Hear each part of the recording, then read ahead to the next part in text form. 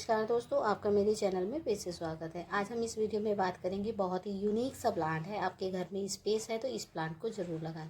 ये एक बेल वाला पौधा है, बेल की तरह चढ़ता है। इसकी खास बात ये है कि जो और बेल वाले पौधे होते हैं उनमें तो थोड़ी बहुत मेहनत करनी पड़ती है, लेकिन ये जो पौधा है इसमें ज़्यादा मेहनत की ज़रूरत नहीं होती। ये प्लांट है अपराजिता। इसे शंखपुष्पी और विष्णुकांता के नाम से भी जाना जाता है। जैसे और बेल में ज़्यादा फूड की ज़रूरत होती है, उन्हें फूड देने पर ही आप फ्लावरिंग दे सकते हैं, लेकिन अपराजिता का पौधा एक ऐसा पौधा है कि आप थोड़ी बहुत भी केयर करेंगे तो भी आप इस प्लांट से फूल ले सकते हैं। अगर याद आए फर्टिलाइज़र दे दिया ना दिया तो भी इस प्लांट को चलता है, क्योंकि ये प्लांट अपनी खूबसूरती और अपनी पहचान दिखाए बिना नहीं रहता। खास तौर पर बरसात के मौसम में अपराजिता का पौधा नीले फूलों से बगीचे की शोभा को बढ़ा देता है। इस पौधे को अपने घर और बगीचे में ज़रूर ऐड कीजिए, क्योंकि सबसे पहली चीज़ तो ये है कि एक धार्मिक पौधा है और घर में लगाना अत्यंत शुभ होता है। दूसरी चीज़ कि ये एक हर्बल प्लांट है। इसकी टी बनती है, जैसे ग्रीन टी पीते हैं वैसे ही इसकी ब्लू टी होती है। इसके बहुत सारे फ़ायदे होते हैं। ये बहुत ही खूबसूरत फूलों वाला पौधा होता है। ये बहुत खूबसूरत लगता है। इनके फूलों को अगर आप ध्यान से देखोगे तो आपको एक अलग सा फील होगा। इसके फूलों में खुशबू नहीं होती है, लेकिन ये बेल बहुत सुंदर लगती है। मैंने तो पढ़ा है इसमें 4 वैरायटी होती है, लेकिन मैंने 2 ही वैरायटी देखी है। इसमें 2 वैरायटी आती है, एक है ब्लू और एक है वाइट, जो दोनों ही बहुत ही सुंदर लगती है। अगर आपको कहीं नर्सरी में मिल जाती है एक डबल ब्लू कलर पेटल वाली बेल आती है तो आप उसको ज़रूर लीजिएगा, वो बहुत ही सुंदर होती है। अब बात आती है ग्रो करने की कि इस प्लांट को ग्रो कैसे किया जा सकता है। इस प्लांट को कलम से ग्रो किया जा सकता है और बीजों से ग्रो किया जा सकता है। ये आसानी से ग्रो हो जाती है। बरसात में इसकी कलम और सीड बहुत तेज़ी से ग्रोथ करते हैं अगर आप लगाते हैं। नहीं तो आप इसको जब ज़्यादा ठंड हो या ज़्यादा गर्मी हो तब आप इसको लगाने की कोशिश ना करें। सबसे अच्छा तरीका तो यही है कि आप इसको नर्सरी से ले आएँ, क्योंकि ये प्लांट ज़्यादा महंगा नहीं मिलता है। लगभग 40 से 60 रुपये में आपको ये मिल जाएगा। नीले रंग में भी मिलेगा और सफ़ेद रंग में भी मिलेगा। अगर आपको ब्लू डबल वाला मिलता है तो उसको आप ज़रूर परचेज़ कीजिएगा। दूसरी चीज़, अगर किसी के घर में ये पौधा लगा है तो ये प्लांट भर भर के सीड देता है। इसमें बहुत सारी फलियां बनती हैं। जब पकती हैं तो इसमें काले बीज होते हैं, जिन्हें आप ले सकते हैं और ग्रो कर सकते हैं। ये बहुत आसानी से ग्रो हो जाएंगे। ये पौधा गर्मियों वाला पौधा है, जो कि गर्मियों में बेहद फ्लावरिंग करता है।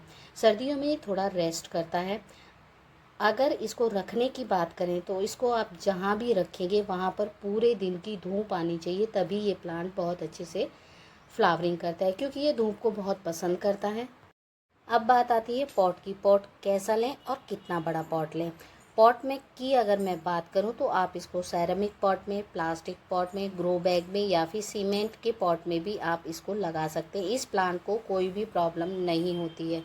और पॉट के साइज़ की बात करें तो पॉट का साइज़ कम से कम इसका 12 इंची से नीचे नहीं होना चाहिए, क्योंकि ये बेल वाला पौधा होता है तो इसे ज़्यादा स्पेस की ज़रूरत होती है, इसीलिए इसको बड़े पॉट में लगाइए। जब आप इसको पॉट में लगा देते हैं, ये बेलनुमा पौधा होता है तो इसको आप किसी स्टिक के सहारे ऊपर की तरफ चढ़ा सकते हैं या फिर रस्सी से भी बांधकर आप इसको छत पर चढ़ा सकते हैं। जो बेल वाले पौधे होते हैं उनको पानी की बहुत ज़्यादा ज़रूरत होती है, बहुत जल्दी जल्दी वो ग्रोथ करते हैं, तो इसीलिए उनको समय समय पर पानी देना बहुत ज़रूरी होता है। मिट्टी पूरी सूखनी नहीं चाहिए, आपको पहले ही पानी देना चाहिए। इस प्लांट की जो मिट्टी होती है वो नम रहनी चाहिए, एकदम से सूखी नहीं होनी चाहिए, क्योंकि ये प्लांट बड़ा होता है। अगर इसकी मिट्टी सूख जाती है तो ये प्लांट फिर एकदम से वीक हो जाता है। इस बात का आपको ध्यान रखना है। बरसात के दिनों में तो ये बेल बढ़ने में और स्पीड पकड़ लेती है।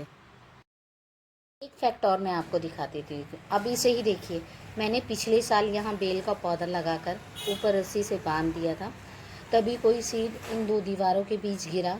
बारिश होने पर नमी बनी रही होगी और ये ग्रो हो गया। मैंने इसे कट भी किया, फिर भी इसने अपनी ग्रोथ नहीं रोकी। और देखिए, ना तो इसे मैंने यहाँ पर पानी दिया ना खाद दिया, उसके बाद भी ये प्लांट ग्रो हुआ और साथ ही साथ इसमें फ्लावरिंग भी हुई।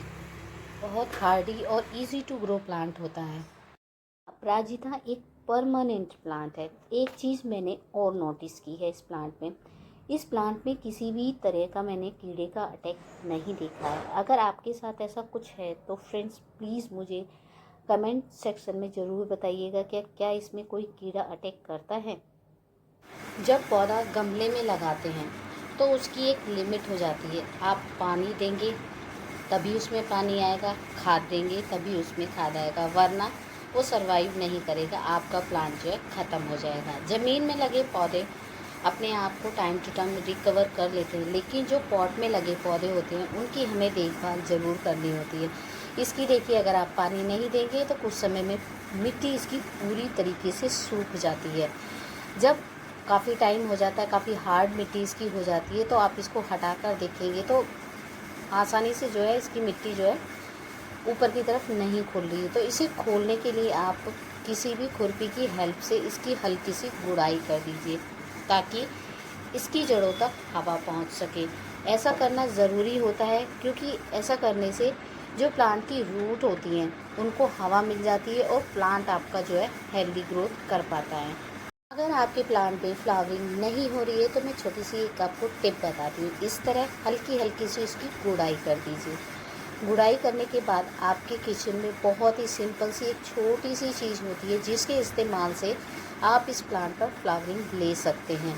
देखिए, ये है चाय की पत्ती। कुछ नहीं, बस आधी चम्मच आपको चाय की पत्ती लेनी है। मैंने यहाँ पर ये फ्रेश चाय की पत्ती ली है।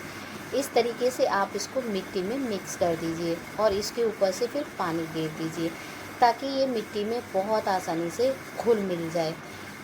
पानी नहीं गिरेंगे तो फिर क्या होता है कि ये ऊपर की तरफ ही रह जाएगी और सूख जाएगी। तो साथ साथ आपको पानी देना बहुत ही ज़रूरी होता है। हल्की हल्की सी गुड़ाई करने के बाद ये जो हमने चाय की पत्ती का इसमें कंपोस्ट डाला है, ये नीचे जड़ों तक पहुंच जाएगा। जब आप पानी देंगे ना तो बहुत अच्छे से भर भर के इसमें पानी देंगे। ये नहीं है आपने थोड़ा सा पानी दिया वो आधी मिट्टी तक ही रह गया। दूसरी टिप ये है प्लांट की कि जितने भी आपके फ्लावर्स हैं इसके फूल एक ही दिन खिलते हैं, बाकी अगले दिन नहीं खिलते। तो इन फूलों को आपको हार्वेस्ट करना है।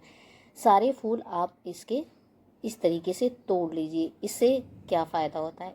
एक तो इसमें फलियां नहीं बनेंगी, प्लांट की ग्रोथ अच्छी होगी और आपका प्लांट जो है ढेरों फ्लावरिंग करेगा।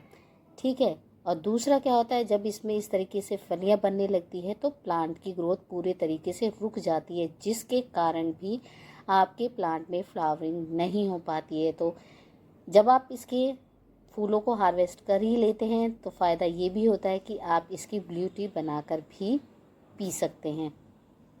अब बात आती है तीसरी टिप की। प्लांट आपका बहुत तेज़ी से बढ़ रहा है लेकिन उसमें फ्लावरिंग नहीं हो रही है, तो आपको क्या काम करना है? सबसे पहले इस तरीके से जो इसकी ये ब्रांच है ना, इसकी जो ऊपर की टिप है, सारी टिप इस तरीके से आप कट कर दीजिए।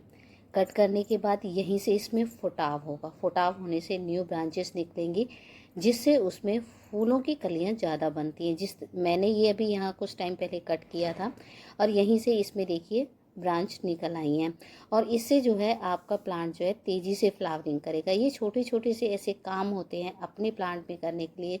अगर इन बातों का ध्यान रखा जाता है तो आपका प्लांट हेल्दी होने के साथ साथ फ्लावरिंग ज़रूर करता है। चौथी टिप, इस तरीके से अगर फलियां बन गई हैं तो प्लांट पे रहने मत दीजिए, उनको तुरंत कट कर दीजिए, क्योंकि जब प्लांट सीड बनाना शुरू कर देता है तो वो ग्रोथ भी रोक देता है और अपनी फ्लावरिंग भी कम कर देता है। तो अगर आपको सीड नहीं चाहिए तो ये काम आपको ज़रूर करना है। अपराजिता एक ऐसा पौधा है जो बहुत ही मात्रा में भर भर के सीड आपको देता है। अगर इस प्लांट को एक बार अपने गार्डन में आप लगा लेते हैं, ना तो फ्लावरिंग की कमी होगी ना ही आपको सीड की कमी होगी। बस छोटी छोटी इन बातों का ध्यान रखिए और अपने पौधे से अनलिमिटेड बार बार फ्लावरिंग लीजिए। मिलते हैं नेक्स्ट वीडियो में, तब तक के लिए bye bye and happy gardening.